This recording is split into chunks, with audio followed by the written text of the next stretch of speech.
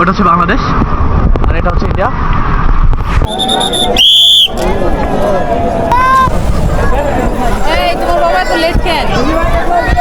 এত মানুষ এই জায়গায় গোসল করতেছে দেখেন ভাই।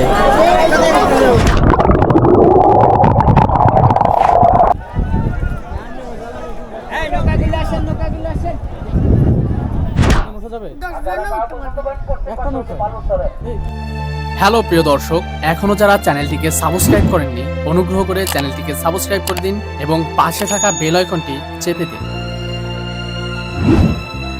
এই হচ্ছে সবার প্রিয় এবং আলোচিত জাফলং। এটা বাংলাদেশের একটি জনপ্রিয় পর্যটন কেন্দ্র। এখানে সব মৌসুমেই প্রচুর পরিমাণে মানুষ থাকে। এই জায়গাটিতে যে কোনো মৌসুমেই মনের আনন্দ নিয়ে ঘুরে যেতে পারেন। জাফলং এর এই নয়নাভিরাম সৌন্দর্য দেখে যে কোনো পর্যটকই মুগ্ধ হতে বাধ্য। এই জায়গাটি দেখতে পাচ্ছেন বিভিন্ন রং বেরঙের নৌকা আছে। এই নৌকাগুলো চালানো খুবই সহজ এবং এই নৌকাতে আপনি সর্বোচ্চ 2 জন উঠতে পারবেন। এই নৌকাগুলি ঘন্টা প্রতি 2 থেকে 300 টাকা নিয়ে থাকে। কত? 300 টাকা। কয় ঘন্টা? 1 ঘন্টা। 1 ঘন্টা 300। কয়জন ওঠা যায় একটা নৌকায়? কয়জন আপনারা? আমরা 3 জন। 3 জন উঠতে পারবেন? 3 জন ওঠা যাবে? 10 জন উঠতে পারবেন। একটা নৌকায়? এই কি বলে? 1 ঘন্টা 300 টাকা। কত নেবেন? আমরা আছি 4 জনের মতো।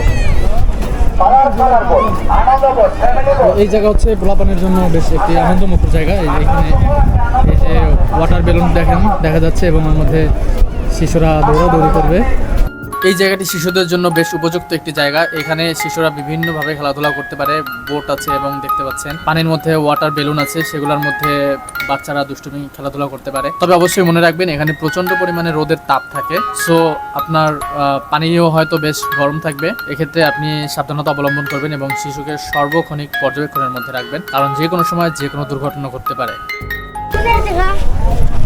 এই বাচ্চারা সিঙ্গারা কত? 10। 10। সিঙ্গারার মধ্যে কি আলু না পেঁপে? আলু। তোমরা কি প্রতিদিন এখানে থাকো? আমি তো থাকতে আছি।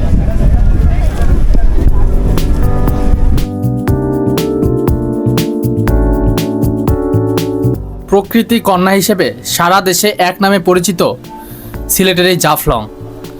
পিয়াইন নদীর তীরে স্তরে স্তরে বিছানো পাথরের স্তূপ জাফলংকে করেছে আকর্ষণীয়।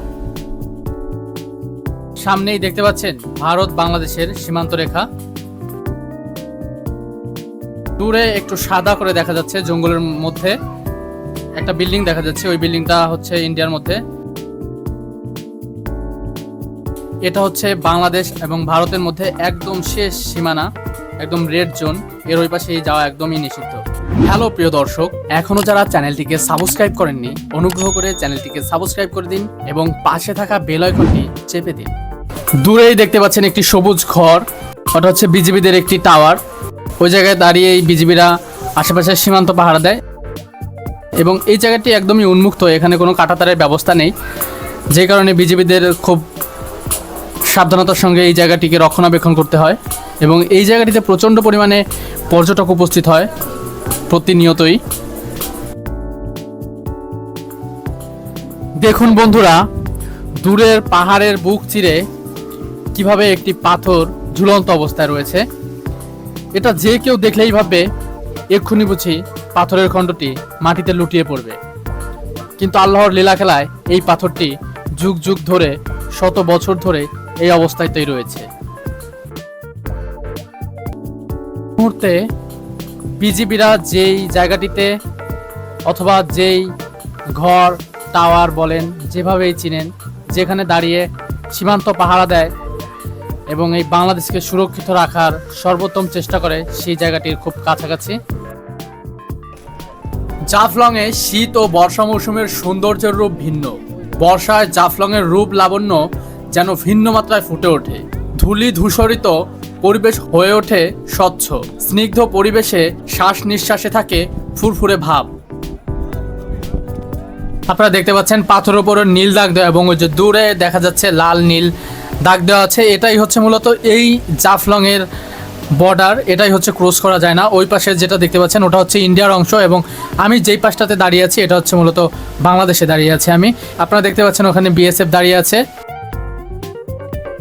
ওই যে দূরে দেখা যাচ্ছে ঝুলন্ত ব্রিজটা, যেটা আসলে জাফলং এর মূল আকর্ষণ।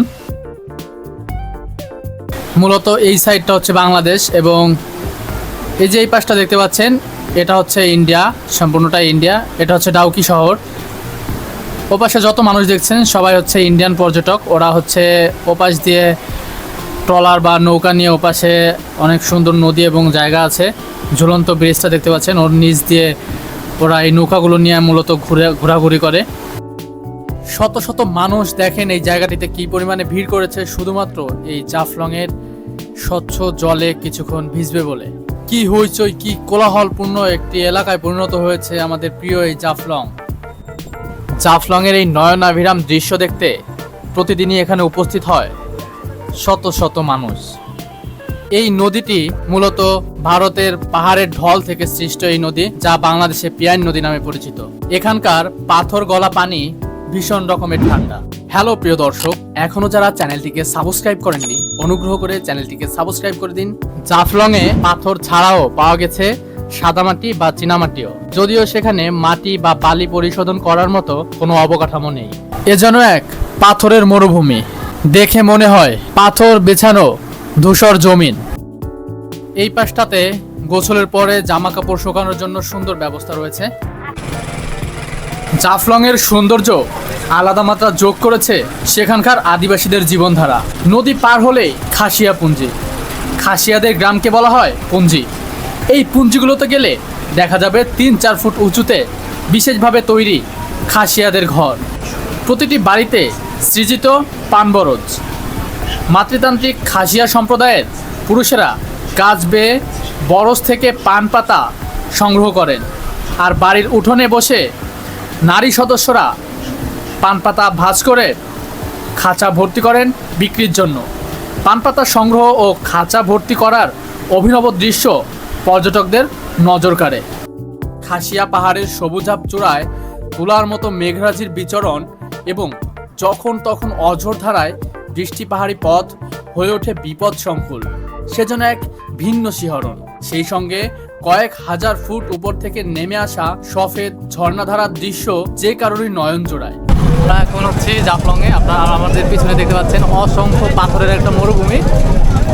আমরা এখন নামবো হচ্ছে আমাদের সামনে যে জায়গাটি আছে সেটা হচ্ছে। আমরাও কিছুক্ষণ পরেই এই স্বচ্ছ জলধারায় ভিজবো, লাফালাফি করব এবং গোসল করব। হ্যালো প্রিয় দর্শক, এখনো যারা চ্যানেলটিকে সাবস্ক্রাইব করেননি অনুগ্রহ করে চ্যানেলটিকে সাবস্ক্রাইব করে দিন এবং পাশে থাকা বেল আইকনটি চেপে দিন।